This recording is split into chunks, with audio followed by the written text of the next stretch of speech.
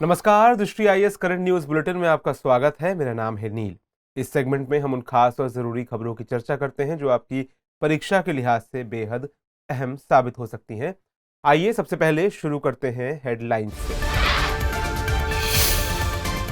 वैवाहिक विवादों में बच्चों का नहीं होगा डीएनए टेस्ट, बच्चों पर होता है मानसिक आघात, सुप्रीम कोर्ट ने दिया फैसला। राष्ट्रीय मानवाधिकार आयोग ने मानसिक स्वास्थ्य संस्थानों को लेकर जताई चिंता, अवैध रूप से रह रहे हैं ठीक हो चुके मरीज, अनुच्छेद 21 के उल्लंघन का दिया हवाला। सरकार ने अंग प्रत्यारोपण नियमों में किया बदलाव, 65 साल से बड़े लोग भी मृतक से ले सकेंगे अंग, भारत दुनिया का तीसरा सबसे बड़ा ट्रांसप्लांट करने वाला देश। अमेरिका की परमाणु संधि से रूस हुआ बाहर, अमेरिका पर लगाया संधि उल्लंघन का आरोप, 2010 में हुई थी न्यू स्टार्ट संधि। और केंद्रीय शिक्षा मंत्री ने लॉन्च किया जादुई पिटारा, बच्चों के सीखने के तरीकों में बदलाव लाना है मकसद, एनसीईआरटी ने किया है तैयार।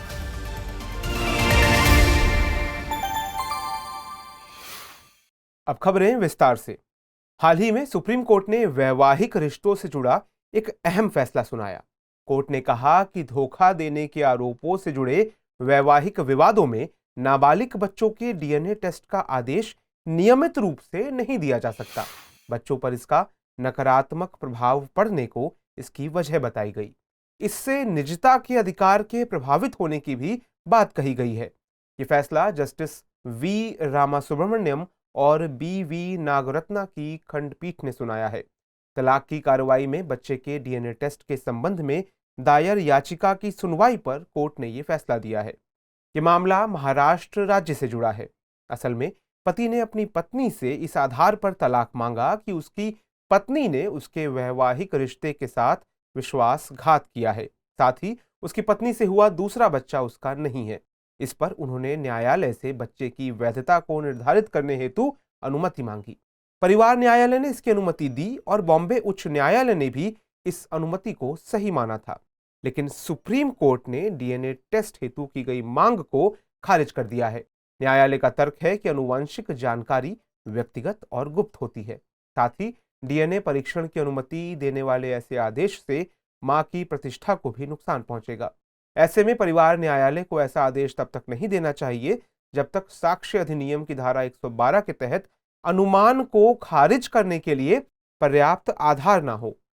साथ ही शीर्ष अदालत ने यह भी कहा कि साक्ष्य अधिनियम की धारा 114 के तहत हर उस मामले में प्रतिकूल निष्कर्ष निकालना विवेकपूर्ण नहीं है जहां माता पिता बच्चे का डीएनए परीक्षण कराने से इनकार करते हैं। पीठ का यह भी कहना था कि बच्चों को भौतिक वस्तुओं की तरह नहीं माना जाना चाहिए, खास करके जब मामला तलाक का हो। इन मामलों में फॉरेंसिक या डीएनए परीक्षण का आदेश देना बहुत ही संवेदनशील होता है। इससे बच्चों को मानसिक आघात भी पहुंचता है। आपको बता दें कि साक्ष्य अधिनियम की धारा 112 के अनुसार विवाहित स्थिति के दौरान जन्म होना बच्चे की वैधता का पर्याप्त सबूत है। साक्ष्य अधिनियम की धारा 114 का कहना है कि कोई भी व्यक्ति उस प्रश्न का उत्तर देने से इनकार कर सकता है जिसके लिए कानून उसे बाध्य नहीं करता है। ऐसी स्थिति में व्यक्ति ऐसे प्रश्नों का उत्तर दे देता है तो ये उसके पक्ष को और मजबूत बना देता है। मीडिया रिपोर्ट्स के मुताबिक केंद्र सरकार एएमएएसआर यानी प्राचीन स्मारक और पुरातत्व स्थल और अवशेष संशोधन विधेयक को फिर से संसद में पेश कर सकती है। इस बात की जानकारी केंद्रीय पर्यटन और संस्कृति मंत्री जी किशन रेड्डी ने दी है। खबरों की माने तो सरकार इसमें संरक्षित स्मारकों के आसपास 100 मीटर के निषिद्ध क्षेत्र में निर्माण कार्य करने का प्रावधान कर सकती है। ये प्रावधान विशेष रूप से छोटे और कम महत्वपूर्ण स्मारकों जैसे मूर्तियों, मकबरा और तोपों आदि के मामले में लागू होंगे। सरकार के मुताबिक इन स्मारकों के आसपास इतने बड़े क्षेत्र को प्रतिबंधित करने की कोई आवश्यकता नहीं है। गौरतलब है कि एएमएएसआर में संशोधन के मकसद से सरकार साल 2017 में भी एक विधेयक लेकर आई थी, लेकिन संसद से पारित वो विधेयक नहीं हो सका था। इस संशोधन विधेयक में सरकार स्मारकों की नई परिभाषा लेकर आई थी। साथ ही इसमें सरकार को संरक्षित स्मारकों के आसपास निषिद्ध क्षेत्रों के भीतर बुनियादी ढांचा परियोजनाओं को शुरू करने का भी प्रावधान था। इसके अलावा इसमें सार्वजनिक कार्यों को भी परिभाषित किया गया था। बता दें कि एएमएएसआर अधिनियम को साल 1958 में लाया गया था। ये प्राचीन और ऐतिहासिक स्मारकों तथा पुरातात्विक स्थलों के संरक्षण को नियंत्रित करता है। इसके तहत पुरातात्विक खुदाई के नियमन तथा मूर्तियों, नक्काशियों और ऐसी अन्य वस्तुओं को संरक्षण प्रदान किया जाता है। एएसआई यानी भारतीय पुरातत्व सर्वेक्षण भी इसी अधिनियम के तहत कार्य करता है। यह अधिनियम संरक्षित स्मारकों के आसपास 100 मीटर के निषिद्ध क्षेत्र में निर्माण पर रोक लगाता है। हालांकि केंद्र सरकार इस प्रतिबंधित क्षेत्र को 100 मीटर से आगे भी बढ़ा सकती है। ये ऐसे निषिद्ध क्षेत्रों में सार्वजनिक उद्देश्यों के लिए भी निर्माण की अनुमति नहीं देता है, लेकिन कुछ निश्चित स्थितियों में वहां निर्माण कार्य किया जा सकता है। उधर बीते दिनों एनएचसी यानी राष्ट्रीय मानवाधिकार आयोग ने सरकारी मानसिक स्वास्थ्य संस्थानों की दयनीय स्थिति को लेकर चिंता जाहिर की। इस संदर्भ में आयोग ने केंद्रीय स्वास्थ्य एवं परिवार कल्याण सचिव और स्वास्थ्य सेवा महानिदेशक को नोटिस भी जारी किया है। दरअसल मानसिक स्वास्थ्य देखरेख अधिनियम 2017 की जमीनी स्थिति और कार्यान्वयन की स्थिति का आकलन करने के लिए आयोग ने देश भर के सभी मानसिक स्वास्थ्य संस्थानों का दौरा किया था। इस दौरान आयोग ने पाया कि डॉक्टरों और कर्मचारियों की भारी कमी है। आयोग के मुताबिक कई मामलों में अस्पतालों में ठीक हो चुके मरीजों को भी अवैध रूप से रखा जा रहा है। इसे आयोग ने मानसिक रूप से बीमार रोगियों के मानवाधिकारों का उल्लंघन बताया। साथ ही संविधान के अनुच्छेद 21 के तहत इसे असंवैधानिक भी बताया है। इसके अलावा राष्ट्रीय मानवाधिकार आयोग ने मानसिक स्वास्थ्य देखरेख अधिनियम के कार्यान्वयन को लेकर भी चिंता जाहिर की। बता दें कि एमएचए यानी मानसिक स्वास्थ्य देखरेख अधिनियम का उद्देश्य मानसिक रूप से बीमार व्यक्तियों के लिए मानसिक स्वास्थ्य देखभाल और सेवाएं उपलब्ध कराना है। ऐसे व्यक्तियों की मानसिक स्वास्थ्य देखभाल और सेवाओं की डिलीवरी और इससे जुड़े मामलों के दौरान उनके अधिकारों को संरक्षण, प्रोत्साहन और पूर्णता प्रदान करना है। इसे साल 1987 में लाया गया था। बाद में इसमें साल 2017 में संसद द्वारा संशोधन किया गया था। इसमें मानसिक रूप से बीमार प्रत्येक व्यक्ति को सरकार द्वारा संचालित या वित्त पोषित मानसिक स्वास्थ्य सेवाओं से देखभाल और इलाज प्राप्त करने की अधिकार की गारंटी दी गई है। अधिनियम के मुताबिक मानसिक रूप से बीमार व्यक्ति को उसके मानसिक स्वास्थ्य, मानसिक देखभाल, इलाज और शारीरिक देखभाल के संबंध में गोपनीयता बनाए रखने का अधिकार प्राप्त है। इसमें मानसिक बीमारी के संबंध में सूचना जारी किए जाने पर भी प्रतिबंध है। मानसिक रूप से बीमार किसी व्यक्ति की सहमति के बगैर मानसिक स्वास्थ्य संस्था द्वारा मीडिया को कोई सूचना जारी नहीं की जा सकती, परंतु मानसिक बीमारी से ग्रसित ऐसे सभी व्यक्तियों को अपने बुनियादी चिकित्सा रिकॉर्ड प्राप्त करने का अधिकार दिया गया है। गौरतलब है कि मानसिक स्वास्थ्य देखभाल अधिनियम 1987 मानसिक रोगियों के संस्थागतकरण या इंस्टीट्यूशनलाइजेशन को प्राथमिकता देता था। ये रोगियों को कोई अधिकार नहीं देता था, जबकि मानसिक स्वास्थ्य देखरेख अधिनियम 2017 संस्थागतकरण के साथ साथ रोगियों को व्यापक अधिकार भी प्रदान करता है। हाल ही में केंद्रीय मंत्रिमंडल ने 22वें विधि आयोग के कार्यकाल को बढ़ाने की मंजूरी दे दी। मंजूरी के बाद आयोग का कार्यकाल अब 1.5 वर्ष तक और बढ़ गया है। आधिकारिक विज्ञप्ति के मुताबिक आयोग की अवधि 31 अगस्त 2024 तक बढ़ाई गई है। दरअसल 22वें विधि आयोग का गठन 21 फरवरी 2020 को किया गया था। इसे 3 साल की अवधि के लिए गठित किया गया था, इसलिए इसका कार्यकाल 20 फरवरी 2023 को समाप्त हो गया। गौरतलब है कि 22वें आयोग का गठन मुख्य रूप से अन्य बातों के अलावा ऐसे कानूनों की पहचान करने के लिए किया गया था जो अप्रासंगिक हो चुके हैं। इसके साथ ही इसे राज्य के नीति निर्देशक तत्वों के आलोक में मौजूदा कानूनों की जांच करने और सुधार के तरीके सुझाने का भी जिम्मा सौंपा गया था। इसके अलावा आयोग को ऐसे कानूनों का भी सुझाव देना है जो निर्देशक तत्वों को लागू करने और संविधान की प्रस्तावना में निर्धारित उद्देश्यों को प्राप्त करने के लिए जरूरी हो सकते हैं। अगर खबरों की माने तो ये आयोग वर्तमान में यूनिफॉर्म सिविल कोड यानी समान नागरिक संहिता के कार्यान्वयन पर विचार कर रहा है। इसके अलावा आयोग एक साथ चुनाव कराने के मुद्दे सहित कई महत्वपूर्ण मुद्दों पर भी विचार कर रहा है। विधि आयोग एक गैर संवैधानिक निकाय है। ये भारत सरकार के आदेश से गठित एक कार्यकारी निकाय है। इस तरह ये ना तो संवैधानिक निकाय है और ना ही वैधानिक निकाय है। इसका गठन एक निर्धारित अवधि के लिए होता है। ये केंद्रीय विधि और न्याय मंत्रालय के लिए परामर्शदाता निकाय के रूप में कार्य करता है। इसे कानून के क्षेत्र में अनुसंधान करने के लिए गठित किया जाता है। ये अपने समक्ष विचारार्थ विषयों के मुताबिक सरकार को सिफारिशें करता है। ये सिफारिशें रिपोर्ट के रूप में दी जाती हैं। इस तरह विधि आयोग भारत में कानूनों की उत्कृष्ट और महत्वपूर्ण समीक्षा प्रदान करने के लिए काम करता है। गौरतलब है कि भारत में पहला विधि आयोग साल 1834 में गठित किया गया था। उस समय इसे 1833 के चार्टर एक्ट के तहत लॉर्ड मैकाले की अध्यक्षता में गठित किया गया था। उस समय इसने दंड संहिता और दंड प्रक्रिया संहिता को संहिताबद्ध करने की सिफारिश की थी। हाल ही में न्यूजीलैंड के जर्नल जुटाक्सा में एक पेपर प्रकाशित हुआ। इसमें भारत में बीटल की एक नई प्रजाति की खोज की बात सामने आई है।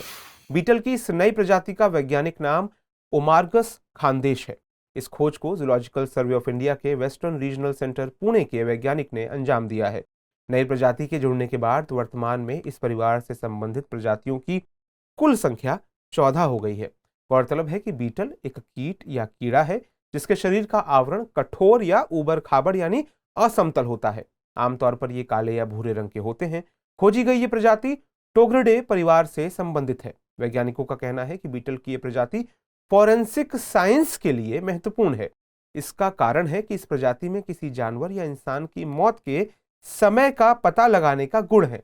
ये एक नेक्रोफेगस यानी शव भक्षी जीव है। इसी कारण इसे केराटिन बीटल भी कहा जाता है।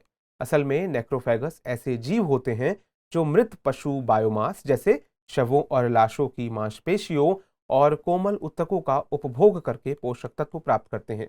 इस समूह के बीटल्स को कभी कभी हाइड बीटल भी कहा जाता है, क्योंकि वे अपने शरीर को मिट्टी के नीचे ढक लेते हैं और छिप जाते हैं। परेशान होने पर ये गतिहीन हो जाते हैं और मौत का छलावा करते हैं। इस फैमिली के वयस्क और लार्वा मृत जीवों के सूखे अवशेषों पर या पक्षियों और स्तनधारियों के घोंसले में पाए जाते हैं, जहां ये बाल, पंख और त्वचा को खाते हैं। हाल ही में भारत सरकार ने अंग प्रत्यारोपण की प्रक्रिया को सरल बनाने के लिए नियमों में बदलाव किया है। इसमें उम्र संबंधी और अधिवास नियमों में छूट जैसे बदलाव शामिल हैं। अब सरकार ने निवास प्रमाण पत्र की जरूरत को हटा दिया है। इससे अब पीड़ित व्यक्ति किसी भी राज्य में जाकर अंगदान के लिए पंजीकरण कराकर ट्रांसप्लांट करा सकेगा। नए नियमों के मुताबिक अब 65 साल से अधिक उम्र के मरीज भी मृतक दाता से अंग प्राप्त करने के लिए पंजीकरण करा सकते हैं। इससे पहले मृत दाताओं के अंगों की आवश्यकता वाले रोगियों के पंजीकरण के लिए अधिकतम आयु सीमा 65 साल थी। इसके अलावा केंद्र सरकार ने राज्यों से पंजीकरण के लिए मरीजों से कोई शुल्क ना लेने के लिए भी कहा है। गौरतलब है कि भारत दुनिया में तीसरा सबसे बड़ा प्रत्यारोपण करने वाला देश है। एक अनुमान के मुताबिक भारत में हर साल 1.5 से 2 लाख लोगों को किडनी ट्रांसप्लांट की जरूरत होती है। साल 2022 में लगभग 10,000 लोगों में से केवल एक को ही किडनी प्राप्त हो सकी। इसके अलावा 80,000 लोगों को लिवर ट्रांसप्लांट की आवश्यकता थी। इनमें 3,000 में से केवल एक का ही लिवर ट्रांसप्लांट हो सका है। इस तरह भारत में जिन रोगियों को लिवर, हार्ट या किडनी ट्रांसप्लांट की आवश्यकता होती है, उनमें से बमुश्किल 4% लोगों का ही प्रत्यारोपण हो पाता है। बता दें कि अंग प्रत्यारोपण को विनियमित करने के लिए संसद ने साल 1994 में मानव अंग और ऊतक प्रतिरोपण अधिनियम पारित किया था। इसका मुख्य उद्देश्य चिकित्सीय प्रयोजनों के लिए मानव अंगों के निष्कासन, भंडारण और प्रत्यारोपण को विनियमित करना है। साथ ही ये मानव अंगों के वाणिज्यिक प्रयोग को भी प्रतिबंधित करता है। इस अधिनियम में किसी गैर संबंधी के अंग प्रत्यारोपण को गैर कानूनी घोषित किया गया है। सरल शब्दों में कहें तो इसके तहत मानव अंगों का दान किसी गैर संबंधी से नहीं लिया जा सकता है। हाल ही में एक अध्ययन से समुद्री ध्वनि प्रदूषण को लेकर चौंकाने वाली बात सामने आई है। अध्ययन का दावा है कि भारतीय जल में जहाजों द्वारा उत्पन्न ध्वनि उत्सर्जन समुद्री पारिस्थितिकी तंत्र को नकारात्मक रूप से प्रभावित कर रहा है। इसके चलते bottlenose dolphin, manatees, pilot whale, seal और स्पर्म व्हेल जैसे समुद्री स्तनधारियों के जीवन के लिए खतरा पैदा होने की संभावना है। यह अध्ययन भारतीय जल में जहाजों द्वारा विकर्णित पानी के नीचे के शोर के स्तर को मापना शीर्षक से प्रकाशित हुआ। इस कार्य को आंध्र विश्वविद्यालय में समुद्री इंजीनियरिंग शोध के छात्र ने अंजाम दिया है। इसके लिए गोवा तट रेखा से करीब 30 समुद्री मील दूरी एक हाइड्रोफोन स्वायत्त प्रणाली का प्रयोग कर परिवेशी शोर के स्तर का मापन किया गया। इस प्रणाली का प्रयोग विशाखापत्तनम बंदरगाह पर भी किया गया।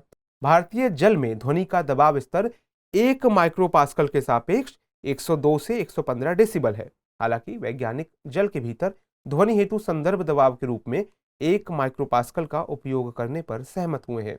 हाल में किए गए पूर्वी तट का ध्वनि दबाव स्तर पश्चिमी तट की तुलना में थोड़ा अधिक है। दरअसल समुद्री स्तनधारियों की कई व्यवहारिक गतिविधियों के लिए ऊर्जा का मुख्य स्रोत ध्वनि होता है। इसमें बातचीत, भोजन, क्लस्टर सामंजस्य, फोर्जिंग और संबंध स्थापित करने जैसी क्रियाएं शामिल होती हैं। ऐसे में लंबी अवधि के जहाजों से निकलने वाली ध्वनि उन्हें प्रभावित करती है। नतीजतन इन जीवों में आंतरिक चोटें, सुनने की क्षमता में कमी, व्यवहारिक प्रतिक्रियाओं में बदलाव और तनाव जैसी दिक्कतों का सामना करना पड़ता है। इसके अलावा जहाजों के नीचे पानी की आंतरिक आवाज और मशीनरी कंपन समुद्री प्रजातियों के संचार आवृत्ति के साथ ओवरलैप करता है। इस प्रक्रिया को मास्किंग कहा जाता है। इस कारण समुद्री प्रजातियों के उथले जल के प्रवास मार्ग में परिवर्तन हो सकता है, साथ ही उनके गहरे पानी में वापस जाना भी मुश्किल हो सकता है। हाल ही में रूस ने अमेरिका के साथ परमाणु संधि से बाहर होने का ऐलान किया है। यह ऐलान रूस के राष्ट्रपति व्लादिमीर पुतिन ने देश के नाम अपने संबोधन के दौरान किया। इसमें उन्होंने पश्चिमी देशों पर रूस को धमकाने का आरोप लगाकर यूक्रेन पर रूसी आक्रमण को सही ठहराया है। साथ ही पुतिन ने यूक्रेन को लेकर पश्चिमी जगत को परमाणु हमले की चेतावनी भी दी है। इसके बाद से अब यूक्रेन युद्ध में परमाणु हमले की आशंका गहरा गई है। उनके मुताबिक रूस फिर से परमाणु परीक्षण शुरू कर सकता है। हालांकि उन्होंने कहा कि रूस पहले परीक्षण नहीं करेगा, लेकिन अगर अमेरिका परीक्षण करेगा तो रूस भी पीछे नहीं हटेगा। गौरतलब है कि रूस और अमेरिका दुनिया की सबसे बड़ी परमाणु शक्तियां हैं। इनके पास दुनिया के करीब 90% परमाणु हथियार हैं। एक अनुमान के मुताबिक रूस के पास 5,977, वहीं अमेरिका के पास 5,428 परमाणु हथियार हैं। बता दें कि साल 2010 में अमेरिका और रूस के बीच न्यू स्टार्ट यानी नई सामरिक शस्त्र न्यूनीकरण संधि नाम से एक संधि हुई थी। इस पर तत्कालीन रूसी राष्ट्रपति दिमित्री मेदवेदेव और अमेरिकी राष्ट्रपति बराक ओबामा ने हस्ताक्षर किए थे। इसमें परमाणु हथियारों की अधिकतम संख्या सीमा तय की गई थी। इस तरह इसमें सामरिक महत्व के परमाणु वाहक शस्त्रों की संख्या को नियंत्रित किया गया था। इसके साथ ही परमाणु संयंत्रों की जांच की अनुमति देना भी इसमें शामिल था। इसके अलावा परमाणु हथियारों की तैनाती और परमाणु हथियार वाली मिसाइल के इस्तेमाल को कम करना भी इस संधि में प्रावधान था। गौरतलब है कि ये रूस और अमेरिका के बीच अंतिम प्रमुख हथियार नियंत्रण संधि थी। इस संधि को 2026 में समाप्त होना था, लेकिन अब पुतिन इससे बाहर निकलने का ऐलान कर चुके हैं। हाल ही में सकल घरेलू जलवायु जोखिम नामक रिपोर्ट प्रकाशित की गई। इस रिपोर्ट को XDI यानी क्रॉस डिपेंडेंसी इनिशिएटिव नामक वैश्विक संगठन ने जारी किया है। रिपोर्ट के मुताबिक साल 2050 में शीर्ष 50 सबसे अधिक जोखिम वाले राज्यों में 80% चीन, अमेरिका और भारत में होंगे। चीन के 26, भारत के 9 और अमेरिका के 5 राज्यों को सबसे अधिक असुरक्षित बताया गया है। इस सूची में एशिया महाद्वीप के शीर्ष 200 क्षेत्रों में से 114 क्षेत्र हैं, जिनमें पाकिस्तान, इंडोनेशिया और अधिकांश दक्षिण पूर्व एशियाई देश शामिल हैं। भारत के इसमें 9 राज्य जलवायु जोखिमों के प्रति सबसे अधिक संवेदनशील हैं। ये राज्य पंजाब, बिहार, उत्तर प्रदेश, महाराष्ट्र, राजस्थान, तमिलनाडु, गुजरात, केरल और असम है, जबकि मुंबई सबसे ज्यादा जोखिमपूर्ण शहर है।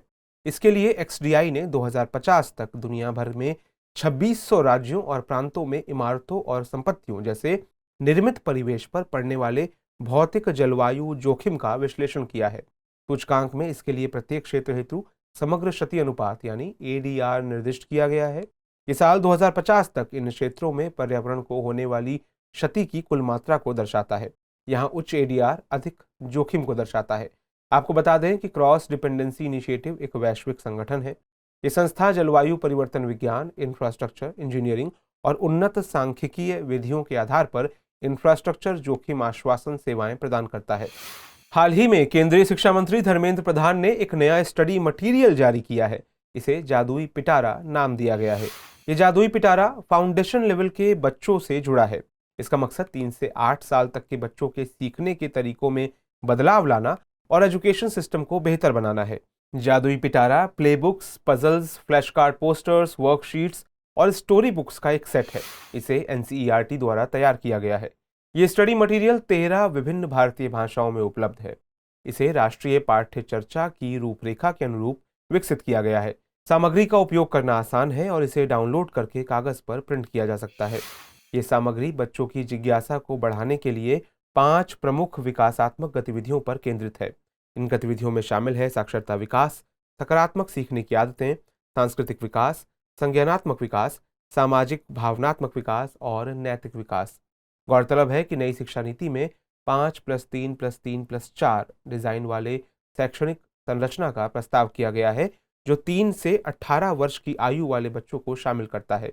इस क्रम में शिक्षा मंत्रालय के तहत स्कूल शिक्षा और साक्षरता विभाग ने राष्ट्रीय संचालन समिति का गठन किया।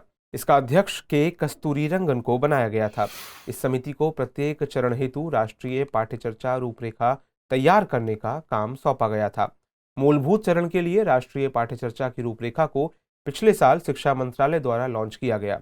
पाठ्यक्रम की रूपरेखा के अनुसार एनसीईआरटी ने लर्निंग टीचिंग मटेरियल यानी एलटीएम विकसित किया। बीते दिनों इसी एलटीएम को जादुई पिटारा के नाम से लॉन्च किया गया। हाल ही में ओईसीडी यानी आर्थिक सहयोग और विकास संगठन ने सेवा व्यापार प्रतिबंधात्मकता सूचकांक जारी किया। इस सूचकांक में बाजार बाधाओं को नकारते हुए भारत साल 2022 में 1 अंक के सुधार के साथ 47वें स्थान पर रहा। इसके बाद रूस, थाईलैंड और इंडोनेशिया का क्रमशः 48वां, 49वां और 50वां स्थान है। पिछले साल भारत 48वें स्थान पर रहा था और जानकारों के मुताबिक भारत की रैंकिंग में सुधार रूस पर लगाए गए प्रतिबंधों के चलते हुआ है। हाल के सुधारों में जनवरी 2022 में एयर इंडिया का निजीकरण और निवासियों और अनिवासियों के बीच शेयरों के हस्तांतरण के लिए मूल्य निर्धारण दिशा निर्देशों को समाप्त करना शामिल है। रिपोर्ट के मुताबिक भारत में engineering services, computer services, road freight transport और साउंड रिकॉर्डिंग जैसे सेक्टर्स में ट्रेड करना और काम करना अब और आसान हो गया है। कहने का मतलब है कि भारत में इन क्षेत्रों में व्यापार में सबसे कम प्रतिबंध है। रिपोर्ट का दावा है कि भारत 2018 से 21 के बीच लगातार सेवा क्षेत्र के उदारीकरण की दिशा में कार्य कर रहा है। गौरतलब है कि इस सूचकांक की शुरुआत साल 2014 में ओईसीडी द्वारा की गई थी। इसमें 38 ओईसीडी देश हैं और 12 गैर ओईसीडी देश। ये सूचकांक कई क्षेत्रों में सरकार की उन नीतियों को मापता है जो उन क्षेत्रों में उद्योगों और व्यापार को आसान बनाता है। इसके तहत लगभग 22 सेवा क्षेत्र शामिल हैं। इन कारकों के आधार पर सभी देशों को 0 से 1 के बीच स्कोर देकर रैंकिंग की जाती है। यहाँ 0 सेवा व्यापार में सबसे कम प्रतिबंध जबकि 1 सबसे अधिक प्रतिबंध दर्शाता है। नीति निर्माता इस सूचकांक के आधार पर संभावित प्रभावों और भावी रणनीतियों का आकलन कर सकते हैं। खबरों के बाद अब बुलेटिन से जुड़े 5 सवालों पर डालते हैं एक नजर। इस बुलेटिन पर आधारित 5 प्रश्न इस प्रकार हैं। पहला प्रश्न, निम्नलिखित कथनों पर विचार कीजिए। कथन 1, AMASR अधिनियम वर्ष 1958 में लाया गया था। कथन 2, ये प्राचीन और ऐतिहासिक स्मारकों तथा पुरातात्विक स्थलों के संरक्षण को नियंत्रित करता है। और कथन 3, भारतीय पुरातत्व सर्वेक्षण AMASR अधिनियम के तहत कार्य करता है। आपको बताना है कि इनमें से कौन से कथन सही है या सही हैं। ऑप्शन है A केवल 1, B केवल 2 और 3, C केवल 1 और 3 या फिर D उपर्युक्त सभी। अगला प्रश्न, विधि आयोग के संबंध में निम्नलिखित कथनों पर विचार कीजिए। 1, विधि आयोग एक गैर सांविधिक निकाय है। 2, 22वें विधि आयोग का कार्यकाल 31 अगस्त 2024 तक के लिए बढ़ाया गया है। और 3, पहला विधि आयोग वर्ष 1834 में गठित किया गया था। आपको बताना है कि इनमें से कौन से कथन सही हैं। A केवल 1 और 3, B केवल 2 और 3, C उपर्युक्त सभी अथवा D उपर्युक्त में से कोई नहीं। अगला प्रश्न, निम्नलिखित कथनों पर विचार कीजिए। 1, जादुई पिटारा फाउंडेशन लेवल के बच्चों से जुड़ा स्टडी मटेरियल है। 2, इसे NCERT द्वारा तैयार किया गया है। 3, यह स्टडी मटेरियल 13 विभिन्न भारतीय भाषाओं में उपलब्ध है। और 4, इसे राष्ट्रीय पाठ्यचर्या की रूपरेखा के अनुरूप विकसित किया गया है। उपर्युक्त में से कौन से कथन सही है या सही हैं। A केवल 1, B केवल 2, C केवल 1, 2 और 3 या फिर D उपर्युक्त सभी। अगला प्रश्न, सेवा व्यापार प्रतिबंधात्मकता सूचकांक निम्नलिखित में से किस संस्था द्वारा जारी किया जाता है। A OECD, B WTO, C OPEC OPEC या फिर D उपर्युक्त में से कोई नहीं। पांचवा और अंतिम प्रश्न, हाल ही में चर्चित ओमोर्गस खानदेश क्या है। A तितली की एक प्रजाति, B बीटल की एक प्रजाति, C फूल की एक प्रजाति अथवा D उपर्युक्त में से कोई नहीं। तो सवालों के जवाब कमेंट सेक्शन में जरूर दीजिएगा। तो फिलहाल इस बुलेटिन में इतना ही। खबरों को विस्तार से पढ़ने के लिए विजिट करें www.drishtiis.com। साथ ही दृष्टि आईएएस के हिंदी अंग्रेजी यूट्यूब चैनल और दृष्टि PCS चैनल को लाइक, शेयर और सब्सक्राइब करना ना भूलें। चलते चलते डालते हैं कुछ छोटी मगर महत्वपूर्ण खबरों पर नजर।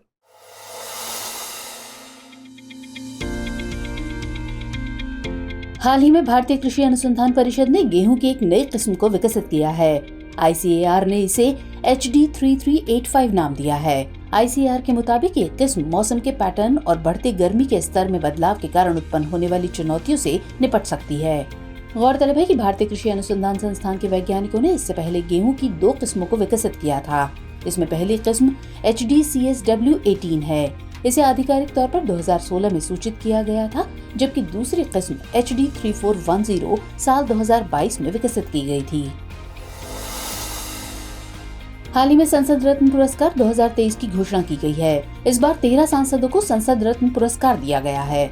इनमें 8 लोकसभा के और 5 राज्यसभा के सदस्य शामिल हैं। पुरस्कार प्राप्त करने वालों में 3 पूर्व सांसद हैं। पुरस्कार प्राप्त करने वाले सांसदों में विद्युत बरन महतो, डॉक्टर सुकांत मजूमदार, अधीर रंजन चौधरी, डॉक्टर मनोज कुमार झा, छाया वर्मा आदि शामिल हैं। इसमें लोकसभा की वित्तीय समिति और राज्यसभा की परिवहन, पर्यटन और संस्कृति समिति को भी पुरस्कार से सम्मानित किया गया है। इसके अलावा इसमें पूर्व राज्यसभा सांसद TK रंगराजन को लाइफ टाइम अचीवमेंट अवार्ड दिया गया है। गौरतलब है कि इन पुरस्कारों की शुरुआत पूर्व राष्ट्रपति APJ अब्दुल कलाम के सुझाव के आधार पर हुई थी। बीते दिनों भारत का पहला हाइब्रिड रॉकेट लॉन्च किया गया। ये लॉन्चिंग तमिलनाडु के पट्टीपुलम से की गई है। इसका उपयोग मौसम, वायुमंडलीय स्थितियों और विकिरणों में अनुसंधान के लिए किया जाएगा। इस परियोजना में देश भर के सरकारी स्कूलों के लगभग 3500 छात्रों ने हिस्सा लिया है। इसे doctor APJ Abdul Kalam satellite launch vehicle mission 2023 नाम दिया गया है। इसे doctor APJ Abdul Kalam international foundation और स्पेस जोन इंडिया के सहयोग से मार्टिन फाउंडेशन ने विकसित किया था। हाल ही में भारत के UPI और सिंगापुर के पे नाउ को आधिकारिक तौर पर लिंक किया गया है। इसके बाद अब सिंगापुर और इंडिया के बीच रियल टाइम भुगतान किया जा सकेगा। इस लिंकेज से भारतीय डायस्पोरा को वित्तीय लेन देन करने में आसानी हो सकेगी। इस लिंकिंग के बाद सिंगापुर ऐसा पहला देश बन गया है जिसके साथ भारत ने सीमा पार P2P यानी पर्सन टू पर्सन भुगतान सुविधा शुरू की है। गौरतलब है कि सिंगापुर में QR कोड के माध्यम से पहले से ही UPI भुगतान हो रहा है, हालांकि ये सीमित मात्रा में है।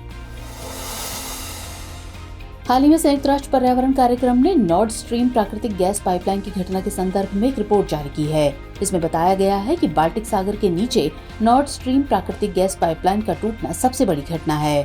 इसके कारण बड़े पैमाने पर मीथेन मुक्त हुई थी। हालांकि रिपोर्ट में ये भी कहा गया है कि ये मीथेन रिसाव विश्व स्तर पर मीथेन की मात्रा की तुलना में समुद्र में एक बूंद के बराबर है। आपको बता दें कि सितंबर 2022 में बाल्टिक सागर में नॉर्ड स्ट्रीम प्राकृतिक गैस पाइपलाइन टूट गई थी। इसके बाद कार्बन डाइऑक्साइड की तुलना में काफी ज्यादा शक्तिशाली ग्रीन हाउस गैस मीथेन का निष्कासन हुआ था। हाल ही में सुप्रीम कोर्ट ने एक मामले में कहा है कि भारत में कोई भी उम्मीदवार को उनकी शैक्षिक योग्यता के आधार पर वोट नहीं देता है, इसलिए चुनावी उम्मीदवार की योग्यता के बारे में गलत जानकारी प्रदान करना लोक प्रतिनिधित्व अधिनियम 1951 की धारा 123 के तहत करप्ट प्रैक्टिस यानी भ्रष्ट अभ्यास नहीं माना जा सकता है। आपको बता दें कि लोक प्रतिनिधित्व अधिनियम की धारा 123 रिश्वतखोरी, अनुचित प्रभाव, झूठी सूचना और धर्म, नस्ल, जाति, समुदाय के आधार पर भारत के नागरिकों के विभिन्न वर्गों के बीच दुश्मनी या घृणा की भावनाओं को बढ़ावा देने वाली भ्रष्ट प्रथाओं को परिभाषित करती है। हाल ही में भारत की पहली ITCM यानी स्वदेशी प्रौद्योगिकी क्रूज मिसाइल का परीक्षण किया गया। ये परीक्षण ओडिशा के ITR चांदीपुर लॉन्च पैड से किया गया है। इस परीक्षण को सबसोनिक क्रूज मिसाइल निर्भय प्लेटफॉर्म पर किया गया है। खबरों के मुताबिक इस मिसाइल में एक स्वदेशी STFE यानी छोटे टर्बोफैन इंजन माणिक और एक उन्नत रेडियो फ्रीक्वेंसी सीकर का उपयोग किया गया है। इसमें STFE को IIT चेन्नई और IIT बॉम्बे के सेंटर फॉर प्रोपल्शन टेक्नोलॉजी के सहयोग से विकसित किया गया है। हाल ही में मुंबई में टेक्नोटेक्स 2023 सम्मेलन का आयोजन किया गया। इस बार ये तकनीकी वस्त्रों के बारे में अंतर्राष्ट्रीय प्रदर्शनी और सम्मेलन का 10वां संस्करण है। आपको बता दें कि ये केंद्रीय वस्त्र मंत्रालय और FICCI यानी भारतीय वाणिज्य एवं उद्योग महासंघ द्वारा आयोजित एक प्रमुख कार्यक्रम है। इसका मकसद वैश्विक तकनीकी वस्त्र मूल्य श्रृंखला के हितधारकों के बीच बातचीत के लिए एक साझा मंच प्रदान करना है। गौरतलब है कि तकनीकी वस्त्रों में चिकित्सा, रक्षा, औद्योगिक, कृषि, मोटर वाहन, भवन, पैकेजिंग आदि से जुड़े टेक्सटाइल शामिल हैं।